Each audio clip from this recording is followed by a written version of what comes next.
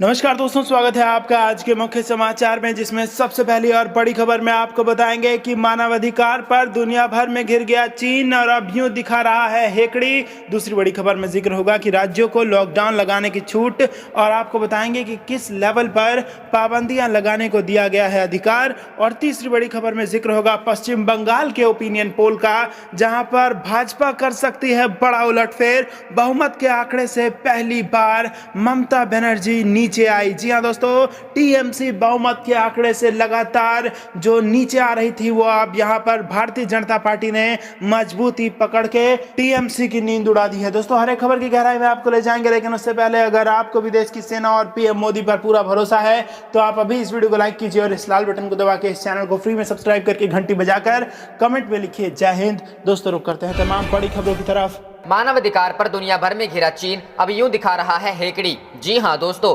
चीन ने मंगलवार को कहा कि उसने पश्चिमी शिनजियांग प्रांत में मानवाधिकारों के उल्लंघन के आरोप में अमेरिका, यूरोपीय संघ, कनाडा और ब्रिटेन द्वारा संयुक्त रूप से उस पर लगाए गए प्रतिबंधों के विरोध में विदेशी राजनयिकों को तलब किया है। चीनी विदेश मंत्रालय के प्रवक्ता हुआ चुनिंग ने नए प्रतिबंधों को मंगलवार को बदनाम करने वाले और चीनी लोगों की प्रतिष्ठा का तिरस्कार करने वाला बताया। चुन इंग ने दैनिक ब्रीफिंग में पत्रकारों से कहा, मैं उन्हें चेताना चाहता हूं कि उन्हें राष्ट्रीय हितों और सम्मान की रक्षा के लिए चीनी लोगों की दृढ़ निश्चय को कम नहीं समझना चाहिए और उन्हें अपनी मूर्खता तथा अहंकार की कीमत चुकानी होगी। इससे कुछ घंटे पहले चीन और रूस के विदेश मंत्रियों ने दोनों देश के खिलाफ आलोचना और प्रतिबंधों की निंदा की थी। दक्षिणी चीन के शहर नानिंग में एक पत्रकार वार्ता में चीन के वांग यी और रूस के सर्जेई लावरोव ने उनकी निरंकुशवादी राजनीतिक व्यवस्था को लेकर बाहरी आलोचना को खारिज किया था और कहा था कि वे जलवायु परिवर्तन से लेकर कोरोना वायरस महामारी तक के मुद्दों पर वैश्विक स्तर पर प्रगति के लिए काम कर रहे हैं। वांग ने कहा, एक तरफा प्रतिबंधों के सभी रूपों का विरोध करने के लिए देशों को एक साथ खड़ा होना चाहिए। अंतर्राष्ट्रीय समुदाय इन उपायों को नहीं अपनाएगा। रूस यूक्रेन के खिलाफ मानवाधिकार हनन और सैन्य आक्रामकता पर पश्चिमी प्रतिबंधों का सामना कर रहा है। लावरोव ने कहा कि चीन के साथ रूस के संबंध मजबूत हुए क्योंकि यूरोपीय संघ के साथ मॉस्को के संबंधों को नुकसान हुआ। उन्होंने सब पर अपने नियम थोपने का पश्चिमी देशों पर आरोप लगाया। बैठक के बाद जारी संयुक्त बयान में दोनों मंत्रियों ने कहा कि किसी भी देश को अपने लोकतंत्र के स्वरूप को दूसरों पर थोपने की कोशिश नहीं करनी चाहिए। बयान में कहा गया है, लोकतंत्र को आगे बढ़ाने के बहाने से एक संप्रभु राष्ट्र के आंतरिक मामलों के हस्तक्षेप अस्वीकार्य है। चीन का कहना है कि शिनजियांग के उइगर और अन्य मुस्लिम अल्पसंख्यक समूहों के सदस्यों ने स्वेच्छा से नौकरी के लिए प्रशिक्षण और कट्टरपंथ से बाहर निकालने के पाठ्यक्रमों में भाग लिया है और इन आरोपों का खंडन किया है कि 10 लाख से अधिक लोगों को जेल सरीखे पुनः शिक्षा शिविरों में बंद किया गया है। रुख करते हैं अगली खबर की तरफ। राज्यों को लॉकडाउन लगाने की छूट, जाने किस लेवल पर पाबंदियां लगाने को दिया अधिकार। जी हां दोस्तों, कोरोना वायरस के बढ़ते मामलों को लेकर केंद्र सरकार पूरी तरह से सतर्क हो गई है। एक तरफ कैबिनेट ने 45 साल से अधिक उम्र के सभी लोगों को टीका लगाने के अभियान को 1 अप्रैल से शुरू करने को मंजूरी दी है, तो वहीं 1 अप्रैल से ही कोरोना की नई गाइडलाइंस भी लागू करने का फैसला लिया है। गृह मंत्रालय की ओर से जारी गाइडलाइंस में राज्य सरकारों को टेस्ट, ट्रैक और ट्रीट की पॉलिसी को सख्ती से लागू करने का आदेश दिया गया है और जिला, तहसील और शहर या वार्ड के लेवल पर कोरोना से जुड़ी पाबंदियां तय करने का अधिकार दिया गया है। नई गाइडलाइंस 1 अप्रैल से 30 अप्रैल तक के लिए लागू होंगी। केंद्र ने राज्यों से टेस्टिंग को भी बढ़ाने की बात कही है और पॉजिटिव आए लोगों का इलाज सुनिश्चित करने को कहा है। इसके अलावा ट्रैक की पॉलिसी पर काम करते हुए टेस्ट में पॉजिटिव आए लोगों की जानकारी जुटाने और उनकी भी टेस्टिंग करने का आदेश दिया गया है। इन लोगों को आइसोलेट करने का आदेश दिया गया है। यही नहीं, केंद्र सरकार ने कहा है कि जिला प्रशासन को माइक्रो लेवल पर कंटेनमेंट जोन तैयार करने पर जोर देना चाहिए। यही नहीं, सभी जिलाधिकारियों की ओर से डिस्ट्रिक्ट की वेबसाइट पर कंटेनमेंट जोन के बारे में भी जानकारी दी जाएगी। यह लिस्ट केंद्रीय स्वास्थ्य मंत्रालय के साथ भी समय समय पर साझा करने को कहा गया है। मंत्रालय ने कहा कि कंटेनमेंट जोन वाले इलाकों में सख्ती के साथ हाउस टू हाउस सर्विलांस और कॉन्ट्रैक्ट ट्रेसिंग किए जाने की जरूरत है। मंत्रालय ने कहा है कि कंटेनमेंट जोन में नियमों के पालन के लिए स्थानीय प्रशासन और पुलिस जिम्मेदार होंगे। इसके अलावा जिम्मेदार अधिकारियों की जवाबदेही राज्य सरकारों की ओर से तय की जाएगी। वर्क प्लेसेस पर भी जरूरी नियमों को तय करने का अधिकार राज्यों को दिया गया है। यही नहीं, mask, hand hygiene, social distancing के नियमों में सख्ती और फाइन तय करने का हक भी राज्यों के पास होगा। इसके अलावा राज्यों को जिला, तहसील और शहर या वार्ड के लेवल पर भी कोरोना से जुड़ी पाबंदियां तय करने का अधिकार दिया। रुख करते हैं अगली खबर की तरफ। बंगाल ओपिनियन पोल, बंगाल में बीजेपी कर सकती है बड़ा उलटफेर। बहुमत के आंकड़े से पहली बार ममता बनर्जी की टीएमसी आई नीचे। जी हां दोस्तों, 5 राज्यों में होने वाले विधानसभा चुनावों में ज्यादातर लोगों की नजर नजरें पश्चिम बंगाल पर लगी हुई हैं। बंगाल में बीजेपी पिछले 10 सालों से सत्ता पर काबिज ममता बनर्जी की सरकार को खाड़ फेंकने की पुरजोर कोशिश कर रही है। पार्टी ने राज्य के चुनाव प्रचार के लिए मुख्यमंत्रियों, केंद्रीय मंत्रियों समेत दिग्गज नेताओं की पूरी फौज उतार दी है। बीजेपी की इस मेहनत का बंगाल में असर भी दिखाई देने लगा है। दरअसल पश्चिम बंगाल के लिए आए ताजा सर्वे में बीजेपी राज्य में बड़ा उलटफेर करती हुई दिखाई दे रही है। हालिया कुछ सर्वे में 100 सीटों का आंकड़ा पार करती नजर आ रही बीजेपी नए ओपिनियन पोल में टीएमसी के करीब पहुंच गई है। इसमें दिलचस्प बात यह भी है कि ममता बनर्जी की पार्टी इस बार बहुमत से पीछे हो गई है। माना जा रहा है कि हाल ही के समय में आए कुछ सर्वे में संभवतः पहली बार ऐसा है जब ममता बनर्जी की पार्टी को बहुमत से कम सीटें मिलने का अनुमान जताया गया है। हालांकि बीजेपी भी बहुमत का आंकड़ा नहीं छू सकी है, लेकिन काफी पास जरूर पहुंच गई है। ओपिनियन पोल में किस पार्टी को कितनी सीटें पश्चिम बंगाल के लिए किया गया, यह ओपिनियन पोल सबसे ताजा है। इससे सर्वे एजेंसी सीएनएक्स और न्यूज चैनल एबीपी न्यूज ने किया है। इस ओपिनियन पोल में बताया गया है कि बंगाल में बीजेपी को 130 से 140 सीटें तक मिल सकती हैं। पहले हुए कुछ ओपिनियन पोल में बीजेपी की सीटों की संख्या इससे काफी कम थी। अब बीजेपी टीएमसी के बिल्कुल साथ खड़ी हो गई है। हालांकि अभी भी वोटिंग के लिए 5 दिनों का समय बाकी है और 1 महीने से ज्यादा समय तक 8 फेज में बंगाल चुनाव करवाए जाने हैं। ओपिनियन पोल के अनुसार टीएमसी को 136 से 146 सीटें मिलने का अनुमान है। वहीं कांग्रेस और लेफ्ट गठबंधन भी राज्य में 14 से 18 सीटें जीत सकता है। उधर अन्य को 1 से 3 सीटें तक दी गई हैं। रुख करते हैं अगली खबर की तरफ। अमित शाह ने बताया बंगाल में कैसे अब की बार 200 के पार सीटें लाएगी बीजेपी। जी हां दोस्तों, पश्चिम बंगाल चुनाव में बीजेपी ने अब की बार 200 पार का नारा दिया है। भले ही तमाम ओपिनियन पोल्स में बीजेपी के अप्रत्याशित उभार की बात कही गई है, लेकिन 200 के आंकड़े से उसे काफी पीछे बताया गया है। ऐसे में कैसे बीजेपी ने इस आंकड़े के पार जाएगी, इस पर होम मिनिस्टर अमित शाह ने पार्टी का प्लान साझा किया है। हिंदुस्तान टाइम्स से बातचीत में अमित शाह ने बताया है कि कैसे बीजेपी अब की बार 200 पार के नारे को सफल करेगी। अमित शाह ने कहा कि हमने 2019 के लोकसभा चुनाव में जब 18 सीटें जीती थीं, तब भी किसी को यकीन नहीं था। यदि उन सीटों के नतीजों को विधानसभा में तब्दील करें, तब भी हम 200 के पार पहुंचते हैं। हाल ही में जारी बीजेपी के संकल्प पत्र सोनार बांग्ला में कई बड़े वादे किए गए। अमित शाह ने कहा कि हम सोनार बांग्ला बनाएंगे। बंगाल चुनाव के लिए भाजपा के घोषणा पत्र में महिलाओं की सुरक्षा, अवसंरचना, विकास, स्वास्थ्य, उद्योग पर जोर दिया गया है। बंगाल चुनाव के लिए अपने घोषणा पत्र में भाजपा ने सरकारी नौकरियों में महिलाओं को 33% का आरक्षण देने का वादा किया है। बंगाल में 200 प्लस सीटों पर जीतेगी बीजेपी। अमित शाह ने 294 विधानसभा सीटों वाले राज्य में अपनी पार्टी के लिए 200 प्लस सीटों पर जीत का टारगेट रखा है। हिंदुस्तान टाइम्स को दिए एक इंटरव्यू में उन्होंने कहा कि किसी को भी इस दावे पर संदेह हो तो वह 2019 के आम चुनावों के नतीजे देख सकता है, जहां हमारे 2 सांसद बढ़कर 18 हो गए और वोट शेयर तृणमूल कांग्रेस के लगभग बराबर हो गया। एक और जहां टीएमसी का कैंपेन बंगाल की बेटी पर केंद्रित है, वहीं बीजेपी बदलाव की बात कर बंगाल की जनता को लुभाने में जुटी है। असम और पश्चिम बंगाल में बीजेपी की जीत तय। शाह असम और पश्चिम बंगाल में बीजेपी की जीत तय मानते हैं। इसके अलावा तमिलनाडु में भाजपा अन्ना द्रमुक गठबंधन की जीत और केरल और पुडुचेरी में वे अपनी सीटों की संख्या में सुधार की उम्मीद कर रहे हैं। बीजेपी पर आरोप है कि उसने पश्चिम बंगाल में धर्म के आधार पर चुनावों का ध्रुवीकरण किया। रुख करते हैं अगली खबर की तरफ। घर पर ही मनानी होगी होली। दिल्ली, मुंबई, यूपी, मध्य प्रदेश समेत कई राज्यों ने जारी की गाइडलाइंस। जाने कहां क्या नियम। जी हां दोस्तों, कोरोना की दूसरी लहर के कहर के चलते होली के रंग में भी भंग पड़ता दिख रहा है। समाज का पर्व कहे जाने वाले होली को भी इस बार समूह में मनाने से बचना होगा। दिल्ली, मुंबई, उत्तर प्रदेश समेत कई राज्यों और शहरों में प्रशासन ने होली को लेकर गाइडलाइंस जारी की है। ऐसे में त्योहार मनाने के साथ ही इन गाइडलाइंस का ध्यान भी रखना होगा ताकि रंग में भंग की स्थिति न पैदा हो। दिल्ली सरकार ने मंगलवार को ही आदेश दिया है कि सार्वजनिक जगहों पर होली समेत दूसरे आयोजन मनाने पर रोक रहेगी। डीडीएमए ने अपने आदेश में कहा है कि दिल्ली में कोरोना के केसों में लगातार इजाफा हो रहा है और सार्वजनिक जगहों पर उत्सव मनाने के लिए लोगों के जमा होने से कोरोना के फैलाव का खतरा बढ़ जाएगा। ऐसे में यह फैसला लिया जा रहा है कि सार्वजनिक जगहों पर होली समेत दूसरे आयोजन मनाने पर रोक रहेगी। डीडीएमए ने जिला प्रशासन, पुलिस और संबंधित अथॉरिटी को सख्त निर्देश जारी करते हुए कहा है कि कोरोना के बढ़ते खतरे को देखते हुए सार्वजनिक जगहों पर उत्सव मनाने के लिए लोगों को जमा नहीं होने दिया जाए। इसके साथ ही स्क्रीनिंग, टेस्टिंग, आइसोलेशन और सर्विलांस के नियमों का सख्ती से पालन करने का आदेश जारी किया गया है।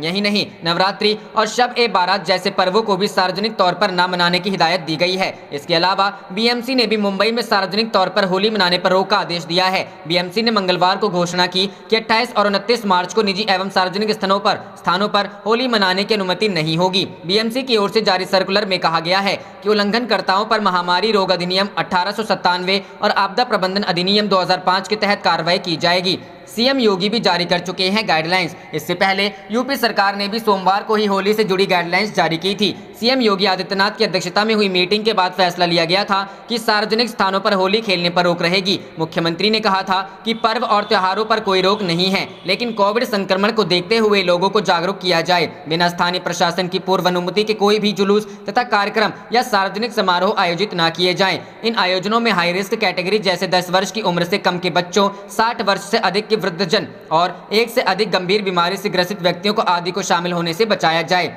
मध्य प्रदेश में लॉकडाउन के बीच होलिका दहन। इसके अलावा संक्रमण फैलने की रफ्तार कम न होने से मध्य प्रदेश और गुजरात सरकार ने त्योहार के लिए गाइडलाइन जारी की है। इसके तहत भीड़ में होली खेलने पर रोक रहेगी। मध्य प्रदेश सरकार ने हर रविवार को लॉकडाउन लगाने का फैसला लिया है। होलिका दहन रविवार को ही होने की वजह से वैसे भी लॉकडाउन लगा रहेगा। चंडीगढ़ में होली पर लागू रहेंगी पाबंदियां। केंद्र शासित प्रदेश चंडीगढ़ में भी होली पर सार्वजनिक समारोह नहीं किए जा सकेंगे। प्रशासन के मुताबिक क्लब, होटल, रेस्टोरेंट को होली के लिए किसी भी तरह के प्रोग्राम करने की अनुमति नहीं होगी। चंडीगढ़ भी उन शहरों में से एक रहा है जहां कोरोना के ज्यादा मामले मिले हैं। गुजरात के डिप्टी सीएम की सलाह, भीड़ में होली से बचें। गुजरात सरकार ने होली मनाने की इजाजत दी है, लेकिन कुछ शर्तों भी लगाई हैं।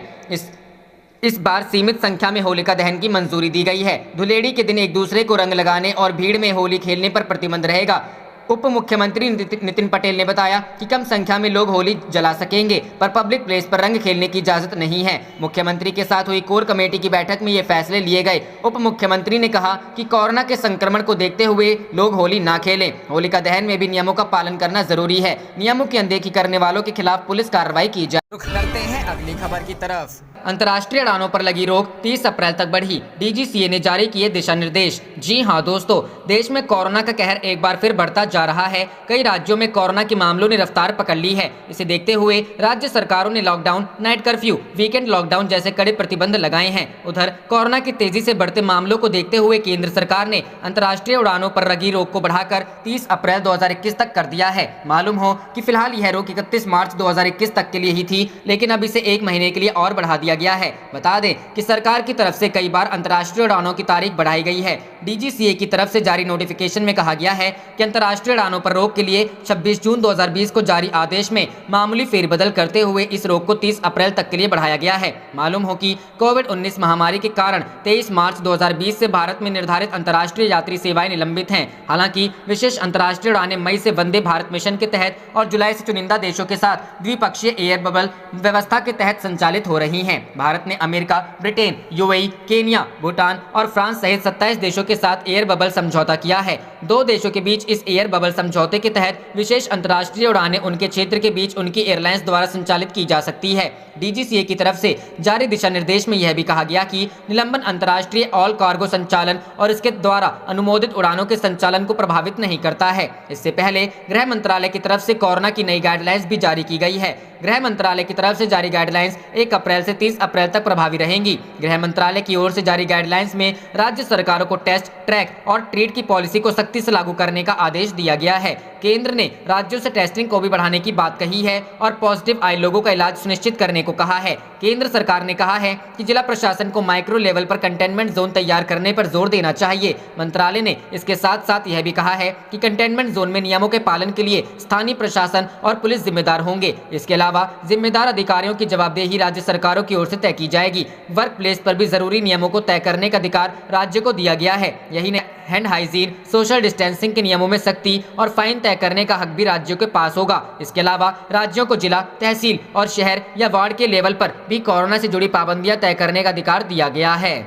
रुख करते हैं अगली खबर की तरफ। फिर से सत्ता में आने पर भाजपा बांग्लादेशी घुसपैठियों को असम में नहीं घुसने देगी। राजनाथ। जी हां दोस्तों, अवैध घुसपैठ पर सभी से राजनीति करने से बचने की अपील करते हुए रक्षा मंत्री राजनाथ सिंह ने मंगलवार को कहा कि यदि भाजपा सत्ता में आई तो बांग्लादेशी घुसपैठियों को किसी भी कीमत पर असम में नहीं घुसने दिया जाएगा। सिंह ने यहाँ एक चुनावी रैली को संबोधित करते हुए कहा कि पड़ोसी देश में घुसपैठ को रोकने के लिए भाजपा सरकार ने असम में समूची भारत बांग्लादेश सीमा पर इलेक्ट्रॉनिक निगरानी प्रणाली स्थापित कर दी है। उन्होंने कहा, हम असम में बांग्लादेशी घुसपैठियों को किसी भी कीमत पर नहीं घुसने देंगे। हम अवैध घुसपैठ पर राजनीति नहीं होने देंगे। सिंह ने कहा कि असम और त्रिपुरा में भाजपा की सरकार है तथा पश्चिम बंगाल में भी इस बार भाजपा सत्ता में आएगी तथा तब बांग्लादेश से इन तीनों राज्यों में होने वाली घुसपैठ की समस्या का समाधान किया जाएगा।